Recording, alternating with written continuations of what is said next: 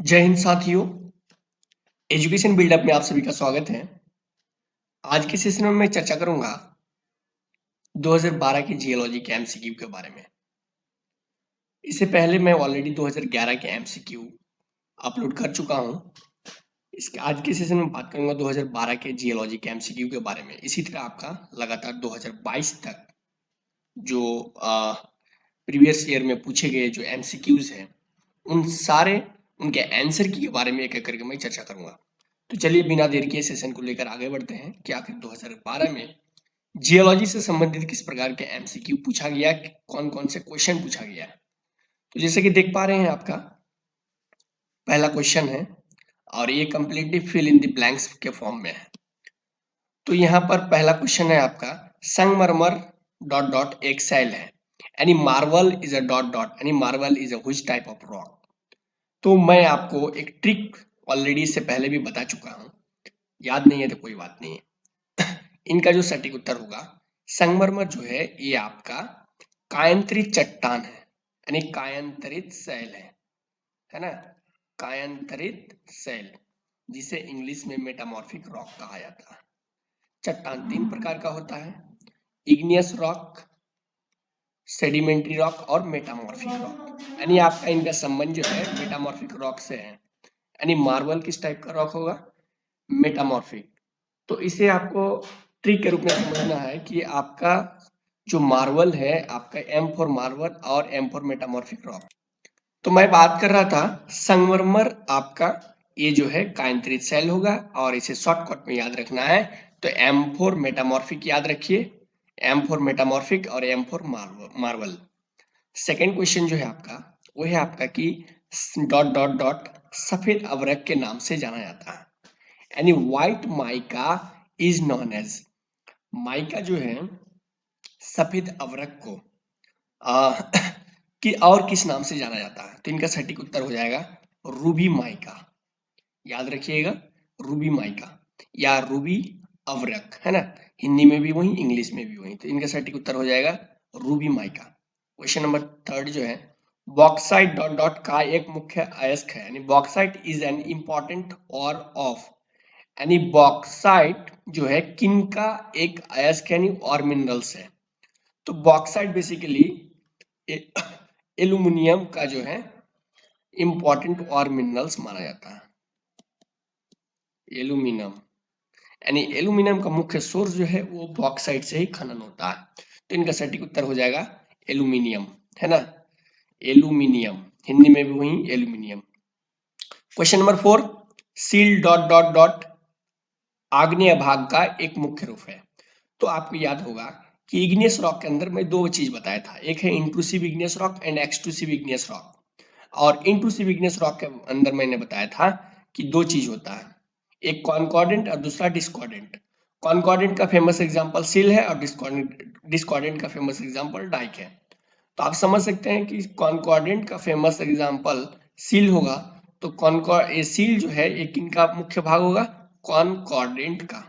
यानी सील एक आपका अनुस्तरीय आग्नेय भाग का मुख्य रूप है। समझ पा रहे हैं। तो डिपेंड करता है कि वहां पर ऑप्शन किस प्रकार से रहता है ना। देख सकते हैं यहाँ इंग्लिश में थोड़ा सा रॉन्ग मिस्टेक कर दिया है, सील टाइपिंग कर दिया, सील इज एन इम्पॉर्टेंट और लिख दिया है, जो कि यहाँ पर रॉक्स होना चाहिए या बॉडीज होना चाहिए। तो आपका सील जो है ये कॉन्कॉर्डेंट भाग है ना, कॉन्कॉर्डेंट, जिसे हिंदी में अनुस्तरी कहा जाता है ना।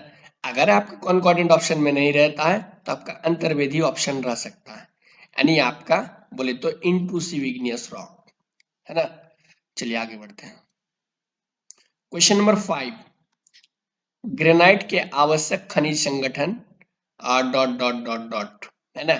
तो आपका ग्रेनाइट के जो आवश्यक खनिज संगठन है तो यहाँ पर मुख्य रूप से कॉटाज और फेल्ड्सपार होगा, कॉटाज और फेल्ड्सपार, फेल्ड्सपार। तो इनका सटीक उत्तर हो जाएगा कॉटाज और फेल्ड्सपार। चलिए आगे बढ़ते हैं। नेक्स्ट क्वेश्चन है question number six calcite dot dot एक खनिज है। Calcite is a dot dot mineral, ये किस प्रकार का खनिज है? तो ये आपका इसे चट्टानी खनिज कहा जाता है, चट्टानी खनिज, यानी आपका calcite is a rock mineral. Next question है कि भूगर्भ शास्त्र की वह शाखा जिसमें जीवाश्मों का अध्ययन किया जाता है। तो आपका मैंने एक बात बताया था कि जीवाश्मों का अध्ययन किए जाने वाले शाखा का नाम है जीवाश्म विज्ञान, जीवाश्म विज्ञान। आपका वहां पर मल्टीपल ऑप्शन रहेगा, लेकिन सटीक उत्तर लगाना है जीवाश्म विज्ञान में। इंग्लिश में इसका नाम है पैलेंटोलॉजी, है ना, पैलेंटोलॉजी, यानी फॉसिल्स का स्टडी पैलेंटोलॉजी के अंतर्गत होता है। और पैलेंटोलॉजी जो है ये बॉर्डर लाइन है बायोलॉजी और जियोलॉजी का। नेक्स्ट क्वेश्चन है क्वेश्चन नंबर 8 कि ट्राइलोबीटा, ट्राइलोबीटा के शरीर का मध्य भाग क्या कहलाता है? द स्मॉलेस्ट रॉक यूनिट, हाँ एक्चुअली यहाँ पर जो है देख सकते हैं कि ये जो इंग्लिश में है the smallest rock unit in stratigraphy is, ये क्वेश्चन नंबर 9 का है, देख सकते हैं the smallest rock unit is in stratigraphy is. Actually थोड़ा सा टाइपिंग मिस्टेक कर दिया है, तो आप इनके इंग्लिश को भूल जाइए, आप यहाँ पर मेनली हिंदी को देखिए। तो ट्राइलोबीटा के शरीर का मध्य भाग, यानी जो आपका ट्राइलोबीटा का मैंने बताया था ट्राइलोबीटा के बारे में, तो इनके बॉडी स्ट्रक्चर को 3 भागों में डिवाइड किया गया है, अपर मिडिल एंड लोअर। आप प्रत्येक का अलग अलग नाम है। तो ट्राइलोबीटा के शरीर का मध्य भाग क्या कहलाएगा? तो मैंने आपको बताया था, है ना, कि आपका सेफालोन, थोरक्स, है ना, और आपका पाइजिडियम। तो याद रखने के लिए बोला था सीटीपी, याद रखिएगा। सीटीपी कहने का मतलब सेफालोन, थोरक्स एंड पाइजिडियम। तो यहाँ पर मध्य भाग यानी मिडिल भाग के बारे में पूछा है।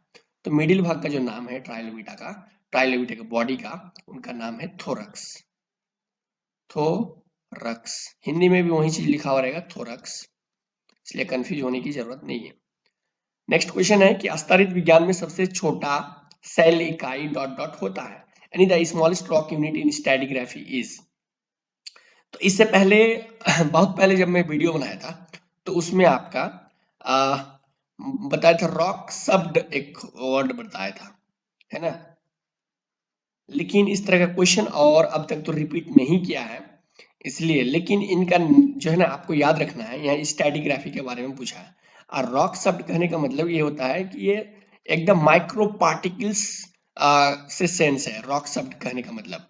लेकिन यहाँ एक्चुअल में आपको याद रखना है बेड आंसर, समझ गए। स्ट्रैटिग्राफी के अंतर्गत, है ना, स्ट्रैटिग्राफी के अंतर्गत सबसे जो छोटा यूनिट माना जाता है आपका चट्टानों में या शैलों का इकाई को, सबसे छोटा बेड को माना जाता है। और बेड से जस्ट बड़ा होता है आपका मेंबर, मेंबर। और मेंबर से बड़ा यूनिट होता है फॉर्मेशन, फॉर्मेशन। और इससे बड़ा यूनिट होता है आपका ग्रुप, इससे बड़ा यूनिट होता है स्ट्रैटिग्राफी के अंतर्गत शैलों का ग्रुप। और ग्रुप से बड़ा होता है सुपर ग्रुप। तो एक बात यहाँ पर समझिए कि सबसे छोटा तब क्या हो जाएगा, बेड यूनिट हो जाएगा, सबसे बड़ा सुपर ग्रुप। तो आप सबसे छोटा याद रखिए बेड। तो स्तरित विज्ञान में सबसे छोटा शैल इकाई जो होगा वो बेड होगा, है ना। नेक्स्ट क्वेश्चन है कि आधुनिक स्तनधारियों का आगमन डॉट डॉट में हुआ था, है ना, यानी यहाँ पर appearance of modern mammals had existed in. तो यहाँ पर पीरियड पूछा है, समझ गए। तो आपका यहाँ पर इससे पहले, बहुत पहले मैंने रिसेंट पीरियड लिखाया था, समझ गए, रिसेंट पीरियड लिखाया था। लेकिन, है ना, रिसेंट पीरियड अगर ऑप्शन में नहीं रहता है तो इनका एक्चुअल में आंसर होना चाहिए आपका टर्सरी पीरियड, टर्सरी पीरियड। देखिए आप जियोलॉजिकल टाइम स्केल अगर पढ़े होंगे, अगर आप जियोलॉजिकल टाइम स्केल पढ़े होंगे तो आप याद रखिए, इसका माना जाता है कि मॉडर्न ममल्स का जो आगमन हुआ था वो लगभग 60 मिलियन ईयर्स एगो, यानी 60 मिलियन वर्ष पहले आपका मॉडर्न ममल्स का आगमन हुआ था, यानी स्तनधारियों का आगमन हुआ था। अगर आपका टर्सरी ऑप्शन में नहीं है, अगर 60 मिलियन ईयर्स एगो नहीं है ऑप्शन में या रिसेंट नहीं है तो हो सकता है आपका काइनोजोइक रहेगा या सॉरी सेनोजोइक। तो सेनोजोइक अगर ऑप्शन में रहता है तो सेनोजोइक को टिक लगाना है। यानी अर्ली कहा जाता है कि in the early Cenozoic era after the dinosaur become extinct the number and diversity of mammals exploded. यानी आपका जो डायनासोर है इनके बाद जो मॉडर्न मॉमल्स का आगमन हुआ था वो आपका अर्ली पीरियड में हुआ था सिनोजोइक इरा का, है ना। यानी आपका अर्ली सिनोजोइक के शुरुआती दौर में इनका आगमन हुआ था। तो वहां डिपेंड करता है ऑप्शन किस तरह से रहता है। इसलिए अगर आप जियोलॉजिकल टाइम स्केल को अच्छे से पढ़ के जाते हैं, इसलिए थ्योरी कहा जाता है कि थ्योरी पढ़ के अगर अच्छे से आप थ्योरी में कंसेप्ट बनाते हैं तो आपका सब्जेक्टिव में भी दिक्कत नहीं होगा, ऑब्जेक्टिव में दिक्कत नहीं होगा। लेकिन आप सिर्फ और सिर्फ कुछ सेलेक्टिव ऑब्जेक्टिव को पढ़ के चले जाते हैं और क्वेश्चन अगर घुमा के पूछ दिया तो फिर वहां पर आप आंसर नहीं दे पाते हैं। इसलिए आपका सब्जेक्टिव में भी बेस्ड होना जरूरी है। तो जियोलॉजिकल टाइम स्केल को थोड़ा सा पढ़ लीजिएगा। ऑलरेडी मैं इस पर वीडियो अपलोड है मेरे चैनल पर। तो ठीक है, नेक्स्ट सेशन में बात करूंगा 2013 से रिलेटेड एमसीक्यू के बारे में। धन्यवाद।